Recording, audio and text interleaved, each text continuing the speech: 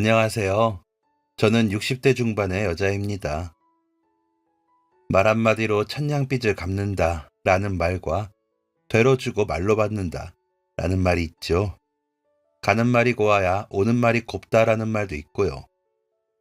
한마디로 주는 것을 좋게 줘야 받는 것을 좋게 받는다라는 말들입니다. 저에게도 그런 일이 일어나더라고요. 저는 받고 돌려준 입장입니다. 저는 소위 열렬한 연애 끝에 결혼한 사람이었습니다. 저 혼자 열렬했죠. 남편과 저는 오다 가다 만나 연애를 시작한 사이였는데 반대가 심했어요. 평생을 시댁 식구들 뒤치다꺼리 하느라 고생하셨던 엄마가 반대를 많이 하셨거든요. 홀어머니에 나이 차 많이 나는 여동생이 있는 남자라 고생길이 훤하다고요. 사랑에 눈이 먼 저는 그런 엄마의 말에도 결혼하고 싶다고 울었죠. 정말로 남편이 좋았거든요. 생각해보면 볼 것도 없는 사람이었는데 좋았습니다. 저의 친정도 형편이 그리 좋은 편은 아니었지만 남편보다는 나은 편이었기에 고생을 몰라서 저런다는 엄마의 말은 들리지도 않을 정도로요. 원래 없이 살면 염치가 없어져. 그러다 보면 사람 속을 뒤집는 게 시댁이다. 없는 집 가장 뺏어와 사는 게 얼마나 힘든 줄 너가 몰라? 엄마 봐라. 라고 하셨죠. 그런데도 저는 남편과는 절대 헤어질 수 없다며 잘 살 테니 제발 허락해달라고 울고불고 한 달을 엄마에게 매달리다 단식 일주일 만에 결혼 허락을 받았습니다. 남편은 집에서 반대할 만하다며 자신이 물러나겠다고 하고는 연락도 없었는데요. 볼 것도 없고 자존심만 센 그 남자가 왜 그리 좋았는지 지금은 모르겠습니다. 못 보면 안 될 것 같고 제가 숨쉬고 살려면 남편이 있어야겠더라고요. 제가 그렇다고 인물이 없거나 행색이 영 볼품없지도 않았습니다. 버스 타고 내릴 때 쫓아오는 남학생들도 꽤 됐고 일하던 곳에서도 밥 먹자는 사람도 꽤나 있었거든요. 그럴 때마다 세상 새침하게 거절을 하던 저였습니다. 결혼 같은 거 안 하고 혼자 산다고 호언장담하던 저였으니까요. 아버지 같은 사람 만나 시댁 식구들한테 시달릴 바에는 결혼 안 한다고요. 저희 아버지가 홀어머니가 키운 장남에 밑으로 여동생만 셋인 사람이라 엄마가 고생을 엄청 하셨거든요. 할머니 돌아가실 때까지 매일 우셔야 했으니까요. 고모들 돌아가며 와 돈 좀 해달라고 성하고 할머니는 그 돈 해놓을 때까지 엄마를 들들 볶으며 잠도 못 자게 하고 밥도 못 먹게 할 정도로 괴롭혔거든요. 아버지는 그런 엄마의 고생을 알면서도 할머니 편을 드는 사람이었습니다. 자신들 키울 때 고생하신 어머니를 배신할 수 없다면서 엄마를 나무라더라고요. 내가 월급 받아서 다 갖다 줬는데 그 돈 다 어쩌고 돈이 없어. 왜 그렇게 해프냐? 이래서 여자가 잘 들어와야 집안이 편하다는 거야. 동생이 불쌍하지도 않아? 라며 할머니와 나란히 서서 엄마에게 모진 소리를 해가며 소리를 치면서요. 저는 그런 할머니와 아버지가 너무 미워 엄마 편에 서서 아버지를 노려봤죠. 그런 저에게 할머니는 저놈의 기집애가 눈치 켜뜨는 거 봐라. 집안 잘 돌아간다. 저게 저렇게 드세니 아들이 안 생기고 저거 하나만 있지. 라며 혀를 차더라고요. 엄마는 제가 그런 말을 듣는 게 싫으셨는지 제 귀를 막고 서서 우셨습니다. 아버지에게 뭐라고 하라고 제가 부추겼지만 엄마는 아무 말도 없이 울기만 하셨죠. 그러다가 할머니가 노환으로 누워있을 때 그 병수발도 다 하셨습니다. 그때도 좋은 소리는 못 들었습니다. 고모들이 돌아가며 와 한 소리씩 했거든요. 물수건 하나도 빨지 않는 사람들이 엄마에게 제대로 안 한다며 화를 내면서요. 아버지는 그런 고모들과 합심하여 엄마를 들들 볶으며 괴롭히더라고요. 저는 그런 아버지에게 이럴 거면 결혼을 왜 했어요? 할머니랑 고모들 돌보며 살지. 우리 엄마 인생 다 망가뜨리고 괴롭힐 거면 왜 결혼했어? 라며 따지고 들었습니다. 그러면 아버지는 또 아무 말도 않고 돌아앉아 한숨만 쉬더라고요. 그렇게 엄마를 괴롭히면서도 저에게는 함부로 못하는 아버지가 이상했습니다. 잘해주지도 않으면서 제가 뭐라고 하면 아무 말도 않고 한숨만 쉬더라고요. 그런 아버지를 보며 저는 아버지는 그 누구의 편도 들지 못하는 바보 같았습니다. 할머니가 돌아가셨을 때도 고모들은 엄마 탓을 하며 몰아세우고 있는데 울기만 하던 아버지였으니까요. 그런 모습을 보고 자란 탓에 결혼이 싫었습니다. 할머니 장례를 치른 후 엄마는 고모들과 아버지를 향해 선언하셨습니다. 나 이제 할 만큼 다 했어요. 그간에는 어머니 계시니 어쩔 수 없이 따랐지만 이제는 안 해요. 이제 고모들은 집에 오지 말아요. 오빠 밥 얻어먹게 하고 싶으면. 오빠 데려다가 살 거면 그렇게 하고요. 그동안 가져간 돈이면 그래도 되죠. 당신은 이게 싫으면 이제 나랑 그만 살아요. 나는 이제 안 참아요. 라고요. 엄마가 그렇게 말하자 마치 그럴 것 알기라도 했다는 듯이 다들 아무 말 없이 뿔뿔이 흩어지고 아버지만 엄마 곁에 남았습니다. 아버지는 말이 없어졌습니다. 그날부터 엄마의 눈치만 보고 밥도 차려주는 대로 먹더라고요. 할머니와 아버지가 반찬 투정이 심한 편이라 엄마가 엄청 고생을 하셨는데 결혼한 지 18년 만에 엄마가 차리고 싶은 대로 상을 차렸다고 하더라고요. 제가 엄마께 진작 좀 이렇게 하지 왜 그동안 참고 살았어? 라고 물어보니 아무리 미워도 아버지 고모들 키우느라 고생하신 할머니랑 맞서고 싶지 않았어.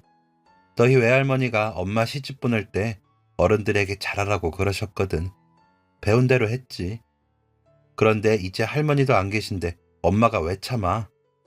라면서 크게 웃으시더라고요. 엄마는 제 생각보다 단단하신 분이었던 거죠. 매일 우시면서도 엄마가 가진 신념대로 하려고 참고 참으며 견디셨던 겁니다. 그런 엄마처럼 할 수 없을 것 같아 저는 결혼을 하지 않겠다고 했던 거고요.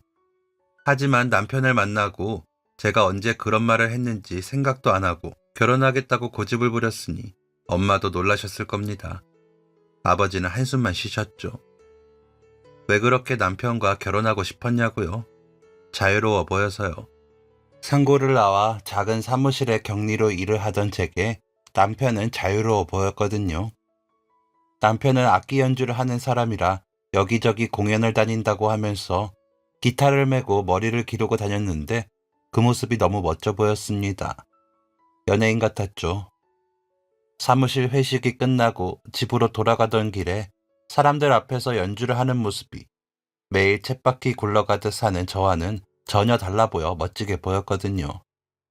그 사람은 제가 좋다고 따라다니니 처음에는 그러려니 했다가 점점 익숙해졌겠죠. 다 알았습니다. 제가 놓으면 끝날 사이라는 것도 알았고 사서 고생이라는 것도요. 그런데도 안 놓아지더라고요. 제게는 그 사람이 숨구멍 같았거든요. 그저 그런 시시한 남자와는 연애도 하고 싶지 않았던 치기 어린 마음이 그랬습니다. 조금은 특별하고 남다른 삶에 대한 연민이 저를 그 사람 곁에 묶어둔 것 같네요. 다행인 건지 남편은 바람둥이이거나 끼가 있는 사람이 아니었습니다. 그런 걸로 속을 썩일 사람은 아니었어요. 하지만 저희 아버지 같은 사람이더라고요. 우리 어머니는 전형적인 시어머니가 되실 분이야. 아니, 그보다 더 하시겠지. 본인이 그렇게 시달리셨는데도 안 되더라고. 그런 성향을 다분히 가지신 분이지. 그래서 결혼하고 싶지 않아. 엄한 여자 고생시키고 싶지 않아서. 라고 하더군요. 남편의 말에 조금 주춤하기는 했지만 진솔하게 이야기하는 모습에 알 수 없는 자신감이 솟아올랐습니다. 엄마보다 당찬 제가 더 잘할 수 있을 거라고 생각했죠. 아무리 어려운 상황이 와도 잘 해낼 수 있을 거라고 자신하면서 밀어붙였습니다. 남편은 제가 다 이겨낼 수 있다는 말에 조금 생각을 하다가 저희 집에 인사를 가자고 하더니 머리를 싹둑 자르고 멀끔하게 나타났더라고요. 그 모습을 보고 울었습니다. 자유로운 새의 날개를 꺾은 것 같아 마음이 아팠다고 할까요? 그렇게 미안한 마음을 가지고 집으로 남편을 데리고 갔는데 엄마가 반대를 하시니 얼마나 속상했는지 모릅니다. 남편은 괜찮다며 반대하시는 게 당연하다 하더라고요. 저는 걱정 말고 기다려요. 내가 엄마 잘 설득할 수 있어. 내가 다시 연락할게. 라며 남편을 안심시키고 투쟁을 시작했습니다. 결혼 못하면 굶어 죽는다고 했죠. 엄마는 제가 그렇게 버티다가 꺾이겠지 하셨는지 처음에는 그냥 드시더라고요. 저도 처음에는 엄마를 마주칠 때마다 허락해달라고 조르고 설득했습니다. 제 말이라면 안 들어주신 적이 없는 엄마셨기에 허락해 주실 줄 알았는데 꿈쩍도 안 하시고 저를 본 척도 안 하시더라고요. 투명인간 대하듯이 하셨거든요. 저는 그런 엄마를 움직이기 위해 극악의 방법인 단식투쟁으로 들어갔습니다. 일주일이 넘도록 회사도 안 가고 굶고 있는 저를 보시더니 도저히 안 되겠던지 엄마는 남편을 다시 데리고 오라고 하셨습니다. 그러시더니 허락해 주시더라고요. 우리 서연이가 엄마가 못나게 시집살이 하는 거 많이 보고 자라서 결혼도 안 한다고 하더니 결혼한다고 해서 반가웠어요. 그런데 홀어머니에 시누이 있다는 말에 내가 서운하게 했다면 미안해요. 사람이 각각 다른 건데 잘 부탁해요. 라면서요. 그 말을 하시는 엄마의 눈에 눈물이 고이는 것을 보고 저도 눈물이 났습니다. 엄마의 마음이 어떤 마음일지 어렴풋 알겠더라고요. 하나밖에 없는 딸 걱정이셨겠죠. 제가 고생할까봐 얼마나 걱정이 되셨겠어요. 자식 힘든 게 더 힘든 게 부모니까요. 남편은 엄마 앞에 무릎을 꿇고 앉아 고개를 끄덕이더니 감사하다며 인사를 했습니다. 제게는 나는 우리 어머니 못 이겨요. 그렇다고 서연 씨 편도 못 들어주고요. 대신 어머니 편도 안 들게요. 잘 이겨봐요. 라고 하던 사람이었는데 말이죠. 그 모습에 제게는 다시 알 수 없는 자신감이 생겼습니다. 잘할 수 있다고요. 할머니와 고모들 편만 들던 아버지와 사는 엄마도 보고 자랐는데 누구의 편도 안 든다는 남자라면 나은 편이 아닌가 하는 자만하는 마음이 있기도 했거든요. 엄마의 남편보다 제 남편이 될 사람이 더 나은 편이라고 생각하기도 했습니다. 남편을 따라 인사를 갈 때도 자신만만했습니다. 저를 마음에 들어 하실 거라고요. 하지만 현관문에 들어설 때부터 만만치 않겠다는 생각이 들었습니다. 잘 차려진 밥상에 어머님이 웃고 계셨고 교복을 입은 여동생이 단정히 인사를 했지만 문을 열기 전 여동생이 우리 엄마 이제 며느리 군기 잡느라 바빠지겠네 라는 말을 하는 걸 듣게 되었거든요. 남편은 잠시 숨을 고르더니 문을 열었고 저는 그 뒤를 따랐고요. 둘 다 순식간에 굳어져 들어갔는데 너무 아무렇지 않게 웃고 있는 모습을 보니 아, 내가 잘못하다가는 이 둘에게 잡아먹히겠구나 라는 생각이 들었습니다. 어찌됐건 인사를 드리고 결혼 허락을 받으러 간 자리이니 웃어야 했습니다. 억지로라도 웃으려고 애를 썼지만 제 입꼬리는 제대로 올라가지도 않더라고요. 남편은 굳은 표정으로 제 얼굴을 몇 번 보더니 이내 한숨을 몇 번 쉬며 영진아, 어머니, 저같이 한심한 남자와 결혼하겠다고 큰 결심을 해준 사람이에요. 행여 시집살이 시키거나 시누이 노릇하려거든 이 자리에서 이야기해주세요. 괜히 고생시키고 싶지 않아요. 결혼을 접고 평생 혼자 살겠습니다. 라고 하더군요. 남편의 갑작스러운 폭탄 선언에 저도 놀랐지만 본능적으로 알았습니다. 그 자리에서는 아무 말도 하지 말아야 한다는 것을요. 대신 남편의 손을 잡았죠. 시누이는 눈이 동그래지더니 오빠, 내가 무슨 시집살이를 시켜? 라며 당황해하고 어머니는 얘는 무슨 시집살이를 시킨다고 그래?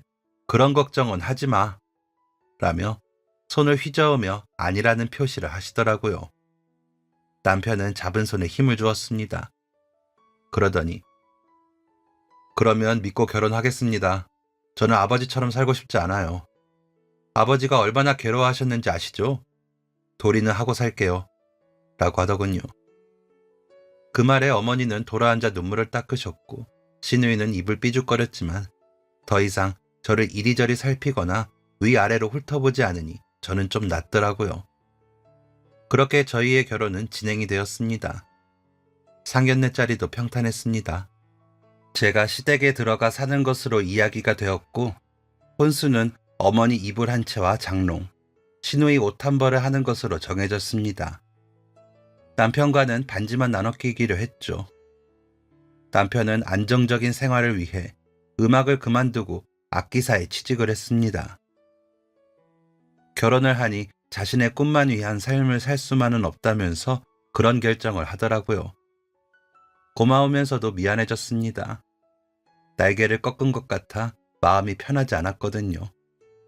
남편은 그런 제게 소연아, 나만 보고 결혼하는 너에게 내가 해줄 수 있는 게 이것뿐이라 더 미안해. 내가 부지런히 일할게. 그렇다고 나 음악 포기하는 거 아니야. 되는 대로 가서 오디션도 보고 연주할 자리 있으면 가서 할 거야. 사장님도 소개해 주신다고 했고, 결혼하면 서연이가 일 그만둬야 하는데 계속 일해야 하잖아. 내가 가장으로서 미안하지. 라며 위로를 해주었습니다. 저는 어차피 일을 그만둘 생각이 없었기 때문에 괜찮았는데 남편은 모든 게 달라지는 것이라 걱정이 되더라고요. 정말 콩깍지가 씌어도 단단히 씌었죠. 제 코가 석자인데 누굴 걱정을 했던 건지 모르겠습니다. 새색시가 겁도 없었죠. 엄마는 결혼식 전날까지도 짐을 싸고 또 싸고 확인을 몇 번을 하셨습니다. 고작 30분 거리로 시집을 가는 건데 마치 다시는 못 볼 사람처럼 짐을 싸시더라고요. 아버지는 심란한지 마당을 몇 번이나 왔다 갔다 하면서 하늘만 보더군요. 짐을 싸는 엄마 곁에 있자니 아버지가 그러는 게 눈에 보여 괜히 따라가 곁에 섰죠. 아버지는 곁에 선 저를 보더니 아버지가 왜 할머니랑 고모 편만 들었는 줄 아니? 너희 엄마는 이해해 줄 거라고 믿었거든. 할머니는 믿었던 자식한테 배신당했다고 하실 거고, 그런 생각으로 너희 엄마 많이 힘들게 했다. 그러니까 너는 참지 마라. 너무 믿음직하게 굴지도 말고 엄마처럼 좋은 사람이지 마. 라고 하더라고요. 아버지의 진심을 처음이자 마지막으로 들었습니다. 그 후에도 그런 적이 없었죠. 결혼식장에 제 손을 붙들고 들어갈 때도 아버지는 아무 말이 없었습니다. 고모들과 고모부들에게 인사하느라 바빴고 사촌들에게 용돈을 주느라 돈을 더 썼죠. 엄마는 그런 모습을 다 보시면서도 안 보이는 척하고 저만 바라보셨습니다.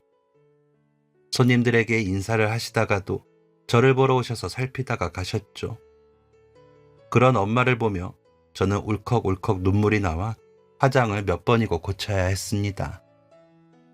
힘든 시집살이 속에서도 예쁘게 길러준 엄마의 정성을 생각하니 눈물이 나더라고요. 식장에 들어서고 나서는 어떻게 진행이 됐는지 정신이 없어 잘 기억도 안 납니다. 식 마지막 즈음에 시어머니가 오열을 하며 쓰러져 주변에서 달려가 살핀 것과 시누이가 새신랑인 오빠에게 어머니를 업으라며 소리를 치던 모습은 기억이 나고요. 가족 사진 찍는다고 양가 어른들이 사진을 찍은 직후였거든요. 심란해지더라고요. 시어머니가 쓰러지시면서 저희 쪽을 힐끗 보다가 저와 눈이 마주치는 바람에 온전히 감정적으로 쓰러지신 게 아니라는 생각이 들어 난감한 마음이 들었습니다. 시누이가 어머니의 팔을 흔들며 다급한 척 하다가 피식 웃는 것도 봤거든요. 친구들도 피로 현장에서 만만치 않겠다는 말들을 하니 점점 자신이 없어지더라고요. 그나마 다행인 건 남편이 그런 모습에도 흔들림 없이 대처를 하는 모습이었습니다. 시누이를 어머니에게서 떼어놓더니 어머니께 가서 뭐라고 귓속말을 하고 다시 제 곁으로 와 서더라고요.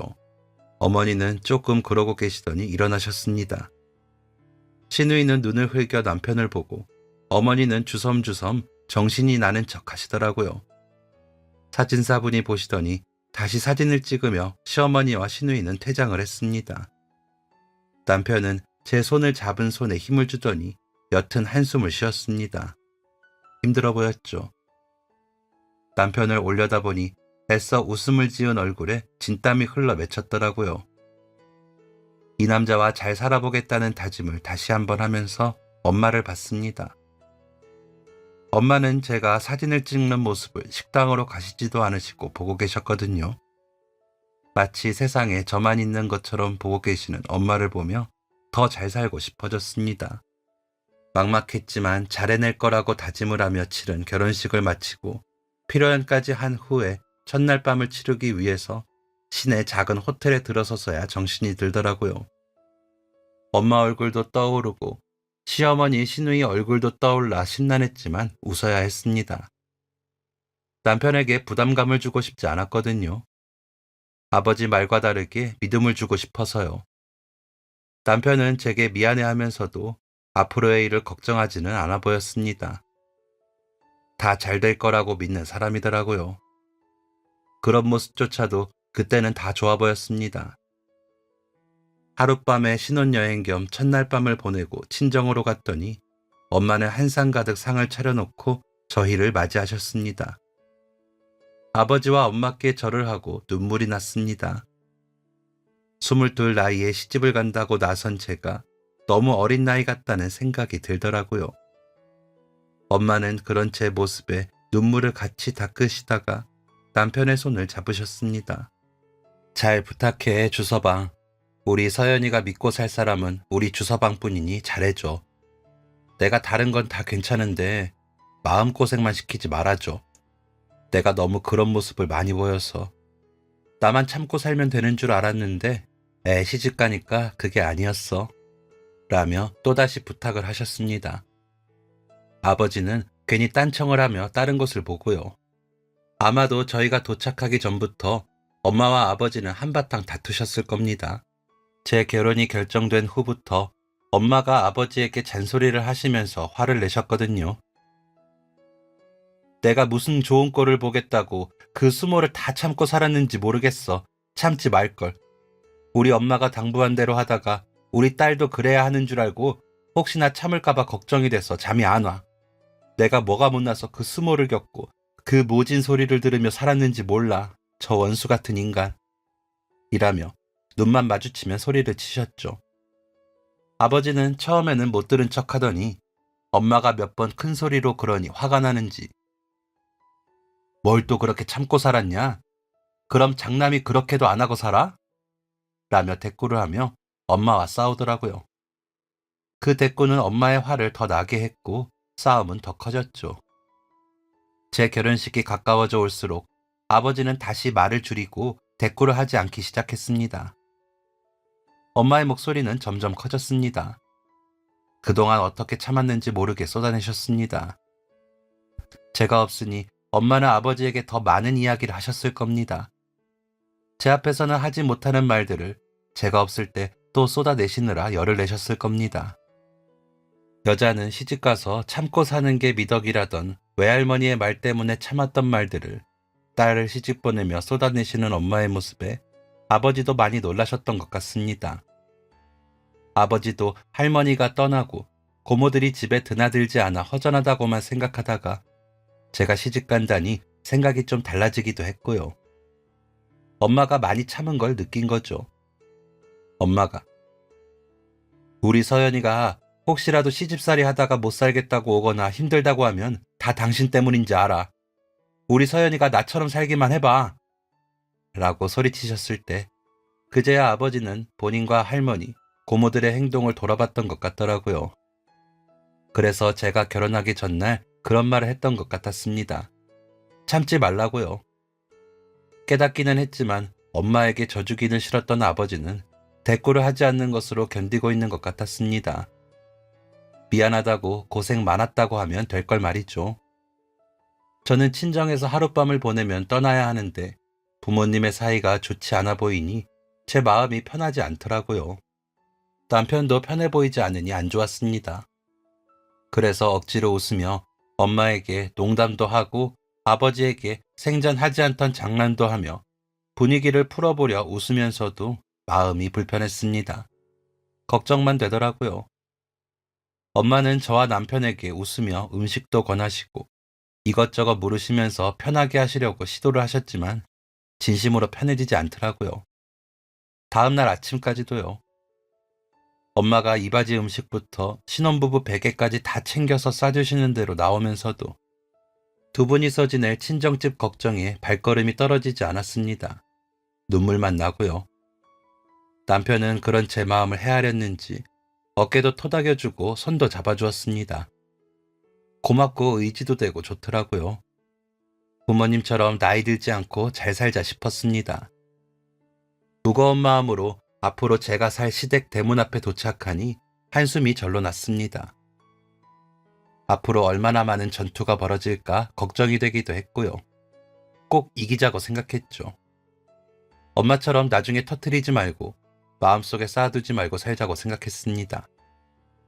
현관문을 열고 들어서니 어머니와 시누이가 웃으며 저희 부부를 맞이해 주었습니다. 전처럼 주고받는 말이 들리진 않았지만 웃는 얼굴이 웃는 얼굴로 보이지 않았죠. 그래도 웃어야 했습니다. 웃지 않는 사람이 지는 게임이라도 하듯이 말이죠.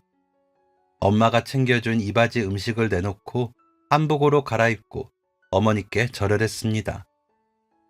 어머님은 절을 받고 다시 한번 오열을 하셨지만 남편은 끄덕도 하지 않았습니다. 어머니의 울음이 잦아들 때쯤 백수아들 장가보낸 게 다행이라더니 왜 울어요? 사람 노릇하게 한 사람이니 잘 살아볼게요. 라더니 저를 데리고 방으로 가더라고요. 편한 옷으로 갈아입고 저를 마주보게 앉힌 남편은 걱정 마, 고생 안 시킬게. 내가 결혼 전에 한 말은 잊어버려. 우리 어머니, 동생 만만치 않은 거 알아. 단돌이 시킬게. 우리 잘 살자. 라면서 안아주었습니다. 든든하더라고요. 자신하고 자만했던 마음들이 머리끝까지 차오르는 게 느껴졌습니다. 하지만 시집살이는 만만치 않더라고요. 시댁에 온 다음날 아침부터 그렇더군요. 엄마가 차려주시는 밥을 먹고 출근하기 바빴던 제가 일찍 일어나 밥을 차려야 했고 퇴근하자마자 주방으로 달려가 저녁 준비를 해야 했으니까요. 어머니가 하셔도요. 어머니는 재료를 준비하시고 본인이 하시던 대로 간을 하길 바라시면서도 어쨌거나 제 손을 거쳐서 상을 차려 나가길 바라시더라고요. 시누이는 감시를 하고요. 어릴 적부터 고모들이 엄마에게 했던 걸 봤기 때문에 어린 시누이가 그러는 게 크게 와닿지도 않았지만 얄밉기는 했습니다. 그렇게 한 달 정도 했을 겁니다. 남편이 이 사람 일 그만두게 해야 할까 봐요. 분명히 어머니는 이 사람 집안일을 안 시키신다고 하셨는데 계속 주방에 있어야 할 거면 일 그만두라고 해야죠. 라고 선언을 하더라고요. 그 말에 어머니 얼굴이 사색이 되시더군요. 그 당시 집에서 제가 수입이 가장 컸기에 제가 일을 그만두는 건 큰일이었을 테죠. 저와 결혼하기 전에는 어머니가 남의 식당 일을 다니셨다고 했거든요. 결혼을 하면서 그만두시고 집에 살림을 봐주시기로 한 건데 계속 제게 집안일을 하게 하시니 남편이 한 달을 지켜보다가 말을 꺼낸 겁니다. 약속과 다르니까요. 남편의 말에 시누이가 엄마가 며느리 보고도 계속 살림해? 라며 눈을 흘겼습니다. 남편은 그런 시누이를 보지도 않더니 그러면 너의 새언니는 살림도 하고 돈도 벌어? 내가 가정인데 그 역할을 못하니 너희 언니가 나누어 주는 건데 살림을 시킬 것 같으면 일을 그만두게 해야지. 어머니가 다시 식당 일 하시면 되고 라고 하더군요. 그러자 어머니가 아니다. 안 그래도 그만 시키려고 했어. 아무리 그래도 새색시가 살림은 할 줄 알아야지 싶어서 이제 상 차리는 거 빨래하는 거 다 아니까 그만해라. 라고 하시더니 돌아앉아 눈물을 닦으셨습니다. 그런 어머니께 남편은 어머니가 서운하셔도 어쩔 수 없어요. 제가 가장 노릇을 못하니 처보기가 미안한데 고되게 하는 것 같아 안 사람 볼 면목이 없어요. 어머니 아들이 못난 탓이니 마음 푸세요. 라고 하니 고개를 끄덕이시더라고요. 저는 아무 말도 않고 그 모습을 바라보며 이 남자와 결혼해 다행이라 생각했습니다. 엄마처럼 혼자 외롭지 않게 살 수 있겠구나 하는 믿음이 생기더라고요. 그렇게 남편이 잘 막아준 덕으로 과거와는 다르게 전투를 벌이지 않고 지냈습니다. 가끔 들러 엄마께도 이야기해드리면 박수까지 치며 좋아하셨죠. 아버지도 웃었고요. 본인 어머니와 동생들에게 아내가 당하는 건 괜찮아도 딸이 당하는 건 싫었나 보죠. 제가 아이를 낳고 몸조리를 할 때도 친정에서 하면서 불편함 없이 하게 되었습니다. 남편은 부지런히 악기사 일을 하더니 작은 가게를 열어 수입이 늘었습니다. 악기사는 아니었고 음악을 트는 카페 같은 곳이었는데 졸업한 시누이를 데리고 시작해 안정적으로 수입을 벌어들이게 되었습니다. 음악 연주도 가끔 하고요. 남편이 연주하는 모습을 보고 싶을 때면 가게로 가 볼 수 있어 좋았습니다. 아이는 어머니가 거의 키워주셨고 부지런히 회사를 다녀야 했지만 행복했습니다. 그러다 아버지가 고모들 중 셋째 고모에게 보증을 섰다는 소식을 듣게 되었습니다. 엄마 몰래 보증을 섰는데 고모가 돈을 갚지 않아 친정집에 차압이 들어온 거죠. 집을 담보로 보증을 섰다는 소식에 엄마는 쓰러지셨습니다. 너무 충격을 받으신 거죠. 엄마가 쓰러지셨다는 소식에 열일 제쳐두고 달려갔지만 급성 뇌출혈이라는 진단으로 중환자실에 계신 엄마를 볼 수밖에 없었습니다. 아버지는 어디로 갔는지 안 보였고요. 엄마가 쓰러지셨으니 엄마를 돌봐야 했기에 한동안 친정에서 오고 가며 상황을 알게 되었습니다. 고모에게 연락을 하고 쫓아도 가봤지만 돈이 없다는 말뿐이었죠. 아버지는 나타나지 않았고 엄마의 상태는 좋지 않으니 속이 타는 것 같았습니다. 다행히 어머니가 아이를 잘 봐주셨고 남편도 병원에 와서 저와 엄마 상태를 살펴주어 의지를 하며 하루하루를 견뎠습니다. 엄마가 잘못되기라도 할까봐 매일 울기만 했죠. 혹시나 제가 다니러 왔다 갔다 하다가 병원에서 안 좋은 소식으로 전화는 하지 않을까 일부러 어머니가 계속 계시는 집으로 연락처를 적어두고 확인을 할 정도였습니다. 엄마의 상태가 너무 안 좋아 마음의 준비를 하라는 의사 선생님의 말씀을 들은 후라 걱정을 안 할 수가 없었습니다. 그런데도 기적이 일어나길 바라며 부지런히 다녔죠. 아버지는 계속 안 나타나더라고요. 고모들에게도 연락도 없어 점점 화가 났습니다. 엄마는 정신이 돌아오시지 않았고 좋았다가 나빴다가를 반복하셨습니다. 그런 상태를 3개월 하시다가 결국에는 돌아가셨습니다. 친정집은 넘어갔고요. 아버지는 끝끝내 나타나지 않았고 저는 엄마의 장례를 홀로 치러야 했습니다. 어머니와 남편이 아니었다면 도저히 할 수 없는 일이었죠. 아이가 5살이었거든요. 어린아이까지 데리고 엄마의 장례를 치르는 일은 너무 힘들었을 겁니다. 충분히 슬퍼할 수 있도록 남편은 묵묵히 곁에 있어 주었고 어머니는 아이를 봐주셨죠. 아버지라는 존재가 원망스럽다 못해 혐오스러웠습니다. 엄마가 불쌍했고요. 평생을 그렇게 고생시키다 못해 떠나는 길까지 괴롭게 만든 아버지와 고모들을 용서할 수 없다는 생각을 했습니다. 돌아갈 집도 없이 떠난 엄마가 안쓰러웠죠. 엄마를 공동묘지에 모시고 절에 위패를 올리면서도 제 마음에는 불길이 일었습니다. 살면서 다시는 마주치고 싶지 않은 사람들이라고 생각했습니다. 제 원수가 되었죠. 제 가족은 돌아가신 엄마와 시어머니, 남편, 시누이, 아들뿐이라고 생각했습니다. 아들은 남편을 닮아 마음 씀씀이가 예쁜 아이라 저를 위로하는 말을 해주었습니다. 남편처럼 악기도 잘 다루고 할머니께도 애교를 많이 부려 어머니가 무척 좋아하셨죠. 그런데 이상하게 시누이에게만은 쌀쌀맞게 굴어 제게 혼나기도 많이 혼났습니다. 얄미운 구석이 있는 시누이기는 했지만 남편 일도 오래 도와주었고 아이도 잘 봐줘 제가 고마운 마음에 결혼할 때도 많이 해주려고 했었거든요. 사이가 좋았기에 아이가 유난스럽게 고모에게만 못되게 구는 게 안 좋아 보였습니다. 주성철, 고모한테 버릇없이 굴면 안 돼. 가족은 서로 아껴주는 거야. 라며 혼을 내도 아이는 아무 말도 안 하고 고개를 푹 숙이고 있더라고요. 유난스럽다고 생각했습니다. 시누이는 남편 가게에서 일을 하며 만난 남자와 결혼을 했습니다. 그때 시누이 나이가 23이었던 것 같은데 남자 나이가 30이라 반대를 했었죠. 온 가족이 반대하고 말려도 시누이는 듣지 않더군요. 오히려 가출을 감행하더라고요. 몇 달 나갔다 돌아온 시누이는 임신을 한 상태라 결혼을 안 시킬 수가 없었습니다. 어머니는 진짜로 쓰러지실 뻔했지만 겨우 다잡으시고 버티시더라고요. 남편은 그런 신우에게 아무 말도 하지 않더니 매부를 붙들고 이야기를 하더군요. 본인과 몇 살 차이도 나지 않는 남자와 어린 동생을 결혼시키자니 걱정이 됐겠죠. 신우의 결혼 소식에 좋아한 것은 저희 아이뿐이었습니다. 깡충깡충 뛰더라니까요. 이제 그러면 고모랑 같이 안 살아? 고모 이제 집에 안 와? 라면서 좋아하더라고요.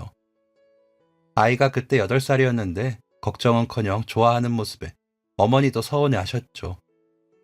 다른 때는 어른들 마음을 아프게 한 적이 없는 아들이 고모 일에만 그렇게 구는 게 이상하기는 했지만 저희 모르게 신우이가 괴롭혔나 보다 하고 말았습니다. 왜 고모만 미워하냐고 아이를 붙들고 이야기하기도 좀 이상한 것 같아서요. 그렇게 신우이가 시집을 가고 가끔 집에 들를 때도 아이는 인사도 잘 안 하려고 해서 번번이 제게 혼이 났지만 고쳐지지는 않아 제게는 고민거리가 되기도 했습니다. 어머니는 애가 싫은 게 있을 수도 있지. 우리 성철이라고 다 좋을 수가 있니? 그냥 둬라. 라며 아이 편을 드시는 통에 더 뭐라고 못한 것도 있었고요. 남편은 워낙 아이와 친구처럼 지내니 뭔가 알 것도 같았지만 별말이 없었습니다. 신우이가 아이를 낳고 몸조리를 왔을 때도 아이는 싫어했지만 제가 신신당부한 덕에 크게 표를 내지 않고 지내더라고요. 고모에게 못되게 굴지 말라고 사정을 했거든요. 몸을 푼 신우이를 보니 제가 아이 낳았을 때가 생각나기도 하고 엄마 생각이나 잘해주고 싶었습니다. 그래도 신우이에게는 마음 놓을 친정이니 편하게 쉬라고요. 신우이의 남편은 몸을 풀러온 신우이와 아이만 맡겨둔 채 나타나지를 않았습니다. 전화 한 통이 없다며 어머니께서 아무리 그래도 애는 보고 싶을 건데 이렇게 소식이 없는 게 이상하지 않니? 라며 걱정을 하셔서 제가 회사를 마친 후에 신우이 집으로 가보게 되었죠. 갔더니 다른 여자와 끌어안고 자고 있더라고요. 너무 놀라 제가 아무 말도 못하고 서 있는데도 놀라지도 않고 일어나더라고요. 여자는 낌새가 이상했는지 일어나 나가고요. 저는 아무 말도 못하고 서 있었습니다. 그러자 영진이에게도 전해주세요. 저는 가정을 꾸릴 만한 사람이 못 된다고. 딸아이도 저 같은 아빠는 없는 게 나을 겁니다. 라는 헛소리를 하더라고요. 그런 이야기는 아가씨한테 직접 하시고요. 저는 오늘 일은 안 본 걸로 할게요. 아이 엄마가 몸 푸는 중에 이러는 건 사람이 할 도리가 아니죠. 짐승도 아니래요. 무슨 남자가 그렇게 책임감이 없어요? 라고 하고는 돌아서 나와버렸습니다. 어머니께는 일이 바쁜지 집에 없더라고 거짓말을 했습니다. 알면 놀라실까봐요. 그렇게 말리는 결혼을 한 딸의 남편이 바람둥이의 개차반인 걸 어머니가 아시면 속상하신 것도 속상하신 건데 갓 태어난 아이 젖을 먹이는 신우이는 어떨까 싶고요. 제가 그러고 왔으니 한동안은 정신 차리고 안 그러지 않을까 하는 기대도 있었죠. 직업도 없는 사람, 부모님이 먹고 살만 하다기에 시킨 결혼이었거든요. 신우이의 시부모 되시는 분들이 결혼해서 정신 차리게만 해주면 뭐든 다 해준다고. 임신까지 했는데 결혼 안 시키면 어쩌냐고 머리를 조아리며 모시듯 한 결혼이었고요. 몇 달 결혼 생활을 하지도 않았는데 몸 푸는 아내와 갓 태어난 아이를 버리고 다른 여자를 만나는 진짜 별로인 남자라는 사실을 모두가 안다고 좋을까 싶었습니다. 그래서 비밀로 하고 덮어두자고 생각을 했습니다. 남편에게는 이야기했죠.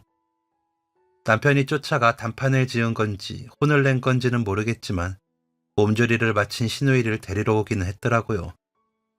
아이는 그때도 고모 간다고 신나서 콧노래를 불렀습니다. 그때도 다른데 신경이 더 많이 쓰이다 보니 아이가 그러는 것도 그러려니 했습니다. 그리고 얼마 뒤 연락이 없던 아버지가 세상을 떠났다는 소식을 큰고모가 전해 그래도 자식된 도리로 장례식에 참석은 했습니다.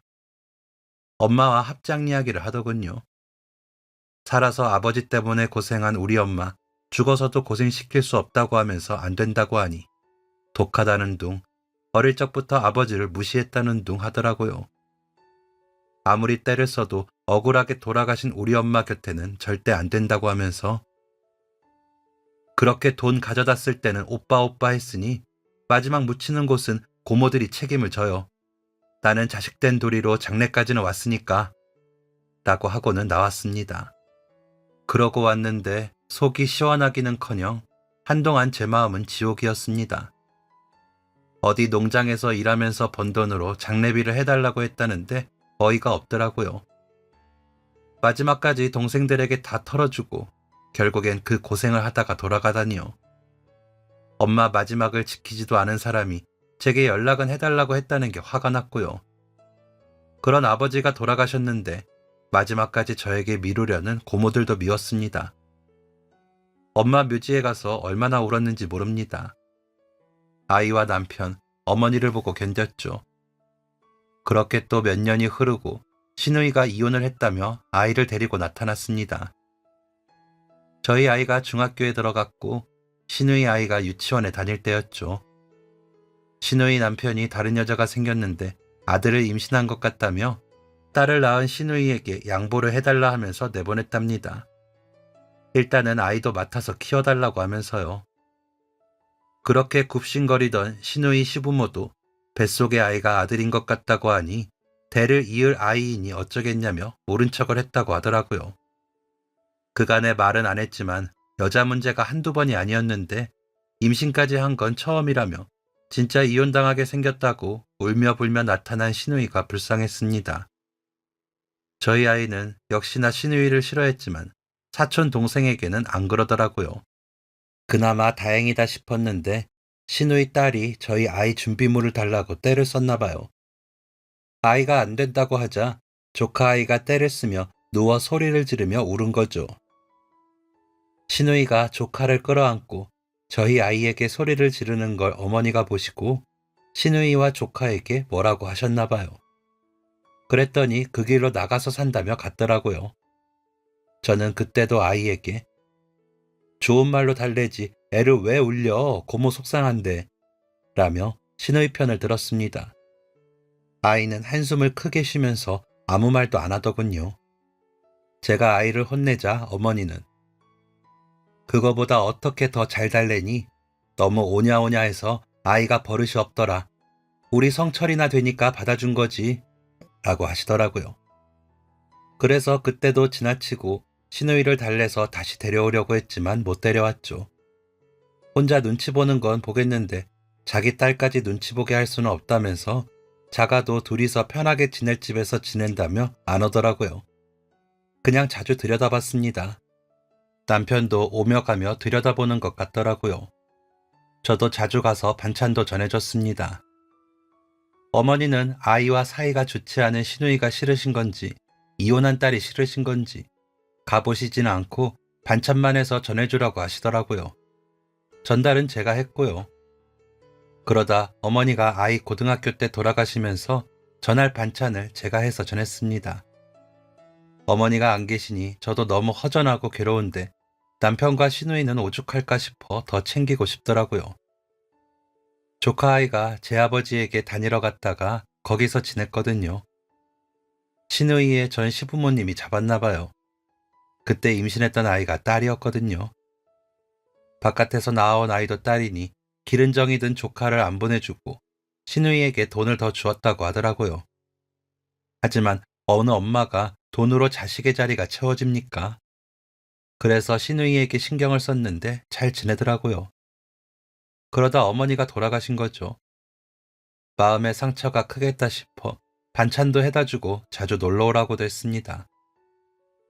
아이는 할머니가 돌아가신 후로 제 고모를 더 싫어하는 티를 냈지만 그때마다 제가 혼을 내니 입이 뚱하게 나와 있더라고요. 도대체 왜 그럴까 싶었습니다. 다른 사람들에게는 인정도 많고 듣기 좋은 소리도 잘 하는 아이인데 그러니까요. 너무 그러니 저도 너무 속상하더라고요. 달래도 보고 혼내도 받지만 안 되었습니다. 아이는 점점 크는데 언제까지 그럴 수만은 없어 최대한 안 마주치게 했죠. 아이는 시누이에게 그렇게 하는 것 말고는 다 괜찮은 아이였습니다. 꽤나 괜찮은 대학을 가서는 할머니께 약속한 대로 했다며 눈물을 흘리는 아이였고요. 군대에서도 잘 지냈는지 포상 휴가를 나오기도 했거든요.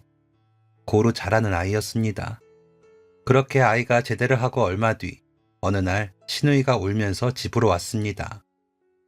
무슨 일인가 싶어 놀라 물어보니 몸이 안 좋아 검사를 받았는데 암이라고 하더군요. 이제는 하다못해 건강까지 안 좋은 신우이가 안쓰러웠습니다. 돈도 없었거든요. 조카 보내고 받은 돈 다 썼다면서 남편 가게에서 다시 일한 지 몇 년 됐을 때여서요. 그래서 제가 걱정 말라며 병원에 입원을 시키고 수술이며 치료며 알아봤죠. 그때 신우이가 집에 놓고 온 게 있어 어쩔 수 없이 아이에게 심부름을 시켰고요. 아이가 억지로 가져오는 티를 있는 대로 내더니 암 걸리면 죽는 거 아니야? 왜 돈 없애면서 치료를 해? 라고 하는 겁니다. 머리가 어지럽더군요. 저도 모르게 손부터 나간 것 같습니다. 이놈의 자식, 오냐 오냐 했더니 점점 더해? 지나가는 생판 남한테도 그런 말은 안 하겠다. 라며 뺨을 쳤습니다. 아이는 뺨을 붙들고 저를 보더니 왜 그런 말 하면 안 되는데? 고모는 외할머니 아프실 때 아무렇지도 않게 하더라. 얼른 돌아가시지 버티면서 돈이나 축내고 여럿 고생시킨다고. 자기 같으면 벌써 알아서 갔을 거라고. 라고 하더군요. 안 그래도 빙빙 돌던 하늘이 노랗게 변하는데 남편이 저를 잡아 겨우 버텼습니다. 남편의 얼굴이 울그락불그락해지더니 신우이를 보며 무슨 말이냐고 묻는데 아이가 나서더니 어릴 때 들은 말이라고 하더군요. 할머니한테 하는 말을 들었다고요. 그때 어머님은 그러는 거 아니라고 말조심하라고 하셨는데 아이를 보면서 야, 너희 외할머니한테 얼른 하늘나라 가시라고 해. 라고 했다면서 울었습니다. 저는 그 말을 듣고 뒤도 안 돌아보고 집으로 와버렸습니다. 아이도 따라오더군요. 집에 도착해 아이의 뺨을 어루만지며 미안해 성철아. 엄마가 그동안 이유도 안 묻고 혼내기만 해서 속상했지. 라며 울었습니다. 아이는 고개를 끄덕이더군요. 뒤를 이어 따라온 남편은 저와 아이 앞에 무릎을 꿇더니 미안하다며 울었습니다. 그러고는 신우이에 대한 지원은 다 끊었죠. 도저히 못하겠더라고요. 남편에게는 하나밖에 안 남은 혈육이니 하고 싶으면 해도 좋다고 했지만 남편은 사람 같지 않은 거 신경 쓰고 싶지 않다며 안 들여다보는 것 같더라고요. 어머니 생각하면 마음이 안 좋았지만 엄마 생각에 도저히 상대할 수가 없었습니다. 그 후로 신우이 소식은 저희 집에서 금기어였습니다. 그렇게 몇 년이 흘렀네요. 신우이의 남은 생과 사는 본인이 책임을 지을 일이라고 생각하며 외면하고 있습니다.